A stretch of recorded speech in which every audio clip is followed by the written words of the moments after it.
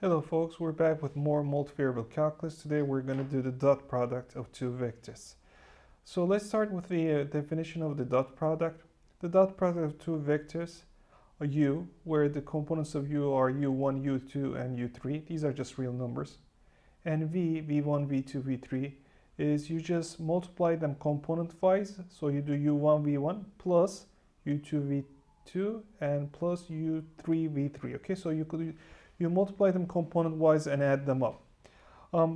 Now, here in the definition, of course, we let u and v be three-dimensional vectors. They don't have to be three-dimensional vectors. They can have any dimension.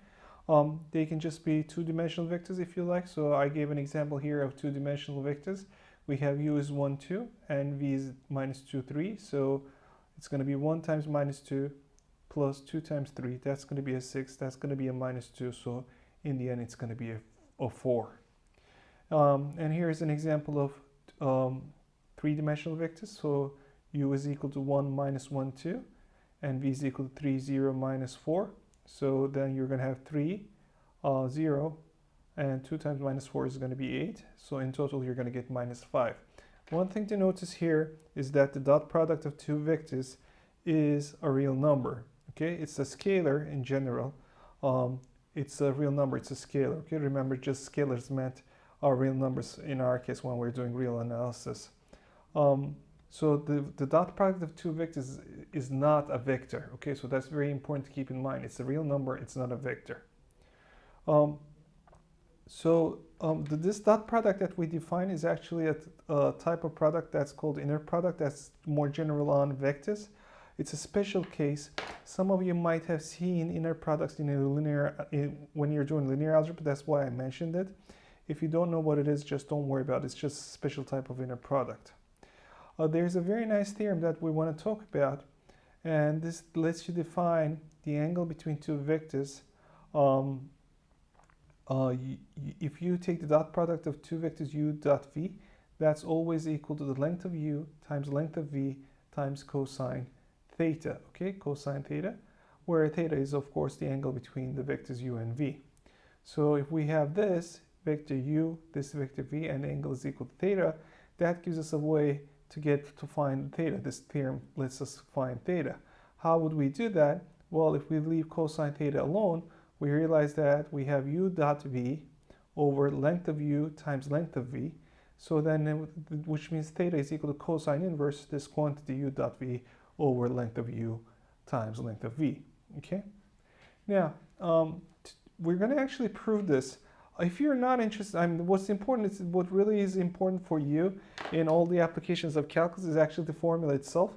I haven't seen, at least where I teach, we never ask the proof of it. So if the proof is not important for you, you can just skip ahead. But I'm going to go over the proof because it's very nice if you like this sort of thing.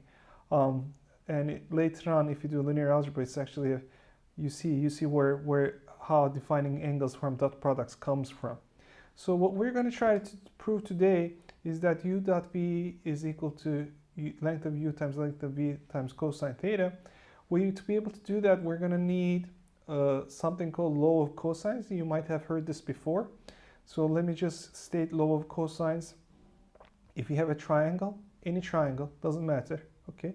Let the coordinates be ABC. So the edges, our corresponding edges, are just opposite the corresponding corners. So in that case, the length of a squared, so a squared, the length of this side squared, is equal to b squared plus c squared minus 2 times bc times cosine a, which is this angle that we're talking about. Okay, cosine a is the angle that we're talking about. Now, I don't know if you've seen a proof of this. What I'm going to do is I'm going to prove the law of cosines first, and I'm going to use that to prove our dot product formula. So proof of the law. So this is going to be a setup. I made our triangle a little bit more detailed. Again, it's got corners A, B, C. Again, the corresponding edges are opposite the corners. So this edge is small a, this edge is small b, this edge is small c.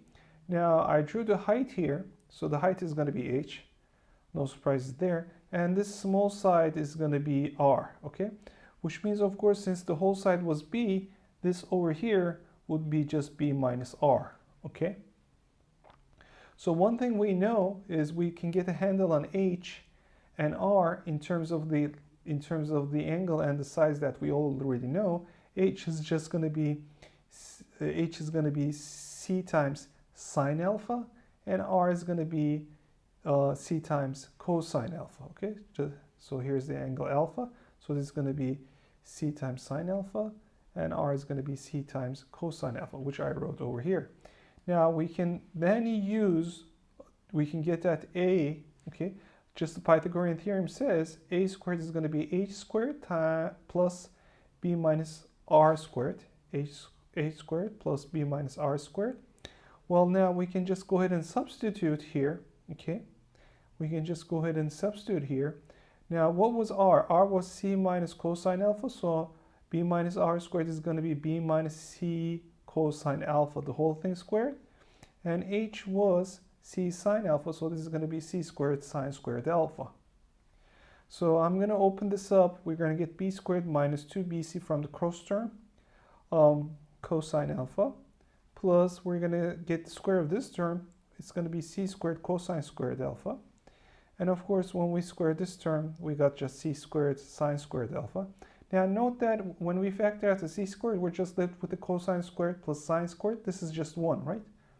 So this term clears out to give you just c squared.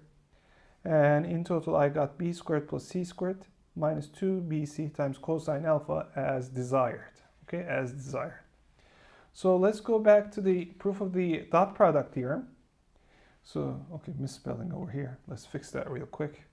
I just looked at a whole bunch of my videos and there's just misspellings all over the place. Sorry for that if you're really careful about that sort of thing. So we want to show that u dot v, the dot product, u dot v, is equal to the length of u times length of v times cosine theta. Okay, so I drew a picture here again. Let's let this guy be u, let's let this guy be v, and the angle is theta. And we're going to let this side, starting from u going to v, we're going to let that side be w, okay? And that's just going to be u minus v, okay? I showed last time in the previous video on vectors why this guy is u minus v, okay? If you're not sure why it is, just check it. If you draw the right parallelograms, it just works out that way. So this is going to be u minus v. Now, by law of cosines, we know that the length of w squared has got to be length of u squared plus length of v squared minus twice the lengths of these vectors, twice the length of u times length of v times the cosine of the angle theta, okay?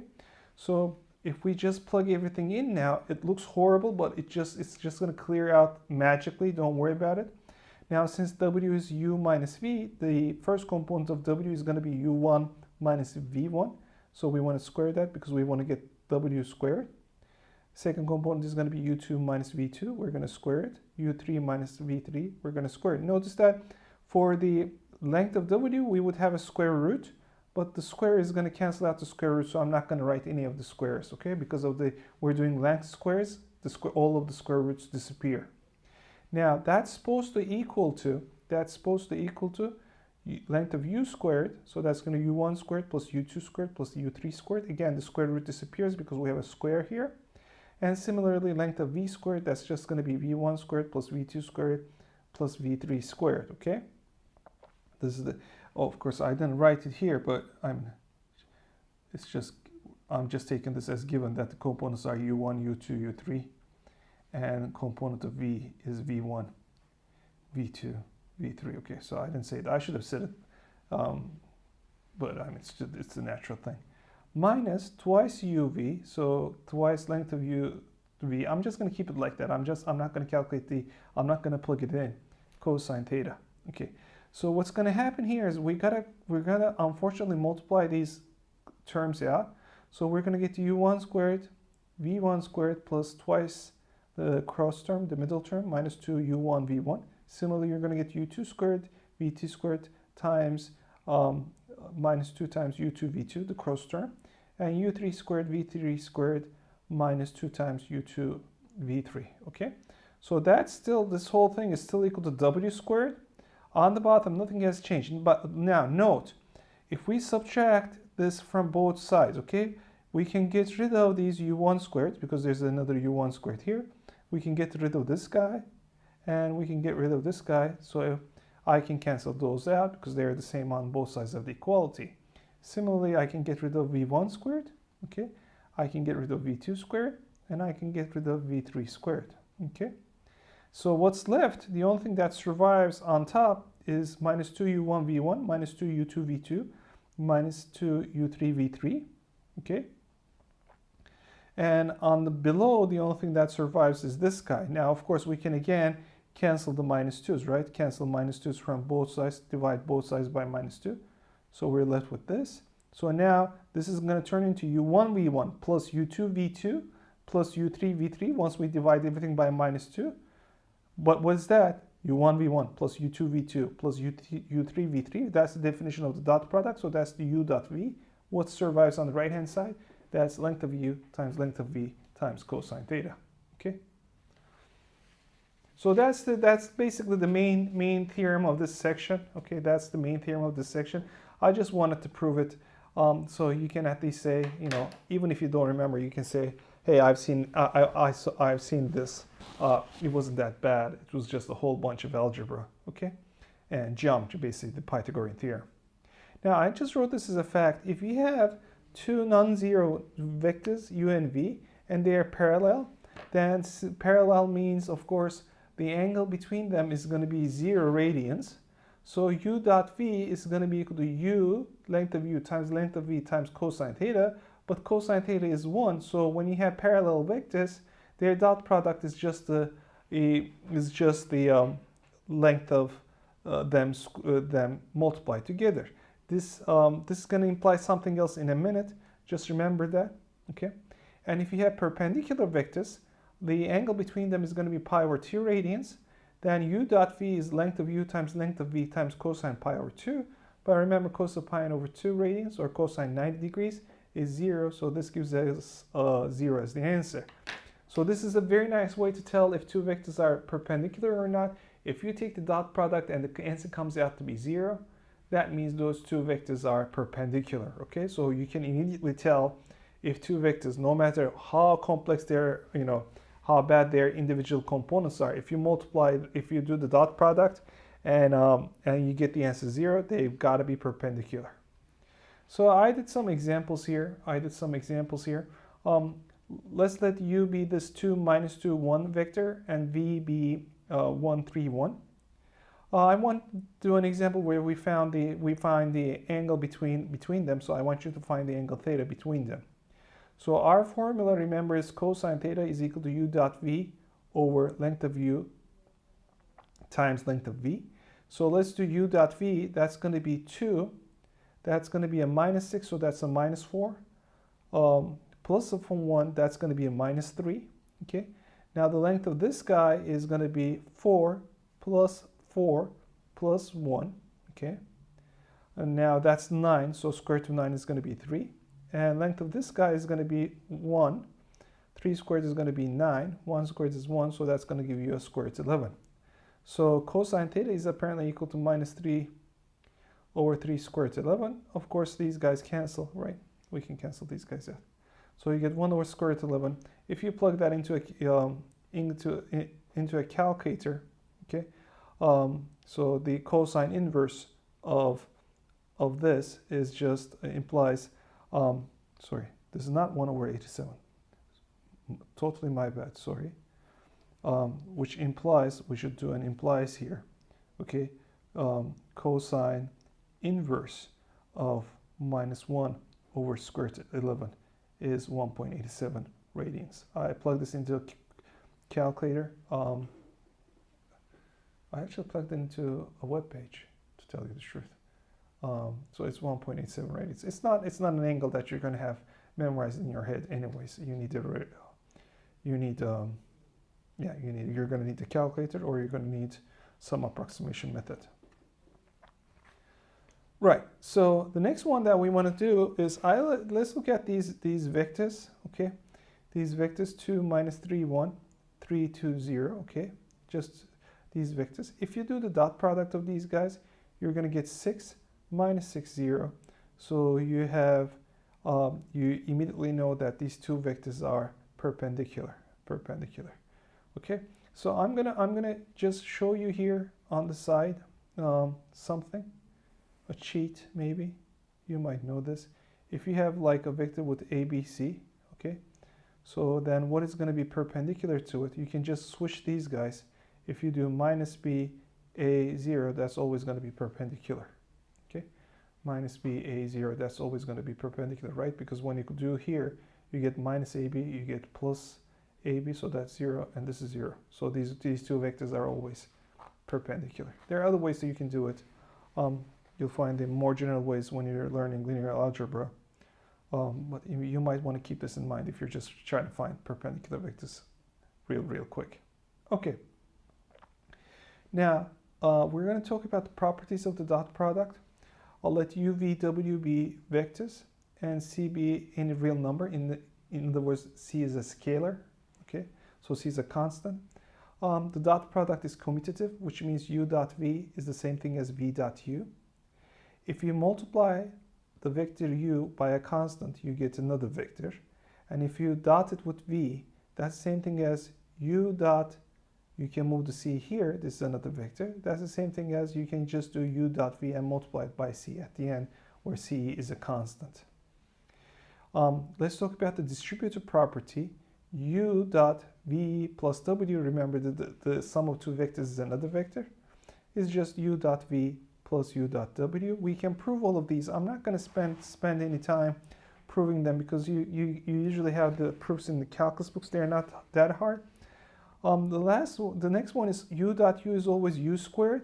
This we've actually already done, right? Since u and u are, u and u are basically the same vector. They're parallel to each other.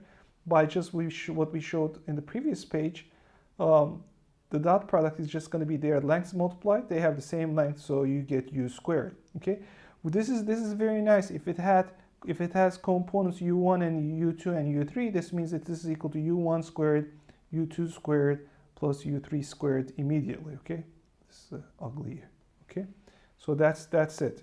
When you dot a vector with itself, you just get the length squared, or in other words, you square the components and add them up, because the square gets rid of the square root in the length. The next one is if you dot product any vector with the 0 vector. This is not number 0, it's the dot product, because this is the dot product, this has got to be 0. So in our case, this is probably the vector 0. It's not the number 0, it's the vector 0, 0, 0. You're just at the origin. That always gives you the number 0, okay? Which means basically that the only way you get 0 out as the answer of a dot product is if the vectors are perpendicular, or if one of the vectors is 0, the 0 vector. There's no other way. All right. Next, I want to go on to projections. Projections are very useful things. Very useful things. So by a projection, what do we mean? We have a vector v, we have a vector u. So what we do is we want to get the perpendicular. It looks horrible, perpendicular, sorry. We want to look at the perpendicular. So this piece of v is going to be, when you draw a perpendicular, this piece of v is just going to be the projection of u onto v. It's written like this, projection of u onto v, okay?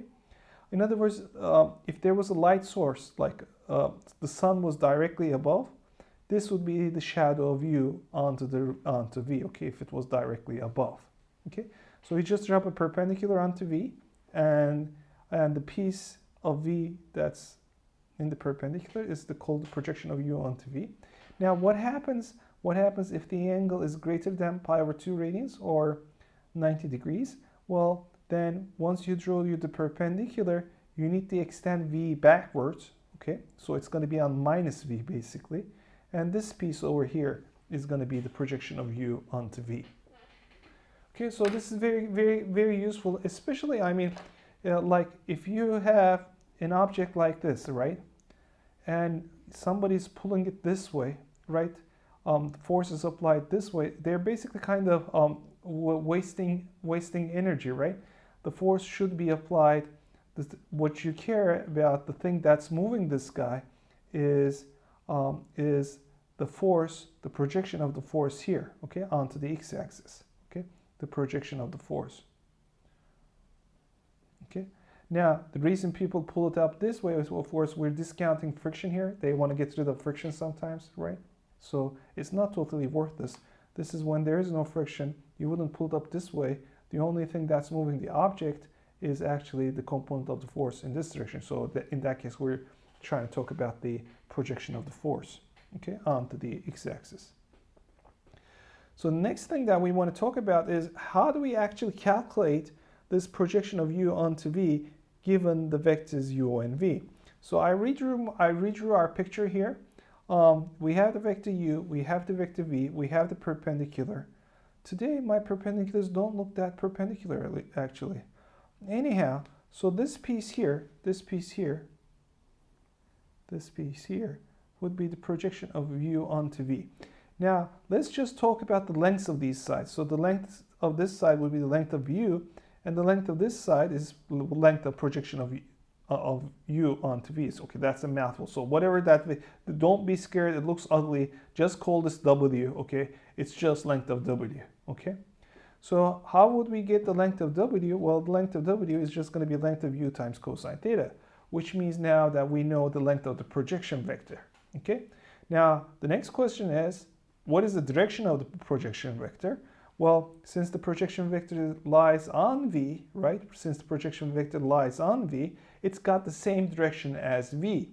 But what is the direction of v? Well, what is the direction of any vector? It's just itself divided by its length, right? The unit vector heading in the same direction. So this would be the unit vector heading in the direction of v, okay? Which means, okay, so we know the length, we know the unit vector heading in the same direction. So the vector projection of u onto v is going to be length of u cosine theta time not dot product, times. There is no dot. This is a real number. Times. Let's do it like this. Let's not. Times v over length of v. Now this looks ugly as all heck. Okay, it looks really, really ugly, hard to memorize. So we're going to do a trick, guys. So what we're going to do is multiply top and bottom by length of v. Why we would do that, you're going to see in just 1 second. I find this very ugly, so I'm going to multiply top and bottom by length of v. So when I multiply the top by length of v, I'm going to get length of u times length of v cosine theta. Here I'm going to get v, and when I multiply the bottom by v, I'm going to get length of v squared. Now this is actually beautiful. Why? It actually gets rid of the square root in the length, okay? But what is this piece? This piece is just a definition of u dot v. So the projection vector is actually u dot v over the length of v squared times the vector v. Now, this is a real number. This is a real number. So this whole thing is a real number. It's just a constant number times v. So again, this is the formula that you want to memorize. Projection of u onto v is u dot v over v squared times the vector v, okay? The vector v. Okay. So let's see an example of this and call it a day. Let's let the vectors be 3, minus 1, 2, and v be equal to 4, 2, 4. So projection of u onto v is going to be u dot v. Keep doing this. I shouldn't put a dot here. Okay, u dot v over v squared times the vector v. But what is u dot v? That's going to be 12, a minus 2. A plus 8, so that's going to be an 18. And length of v squared is just these guys squared, add them up. So 4 squared is 16, 4 squared is 16, 32. Add another 2 squared, 4, so that's 36. 18 over 36, of course this is 1/2, right? This is just 1/2. 1/2 times the vector v, that was 4, 2, 4, so that worked out nice. 2, 1, 2. Okay, so the projection of u onto v is just the vector 2, 1, 2. So it was just half the length of this guy. Okay, so that's all I'm going to say about dot products. In the next section, we're going to do cross products. So till then, take care and bye-bye.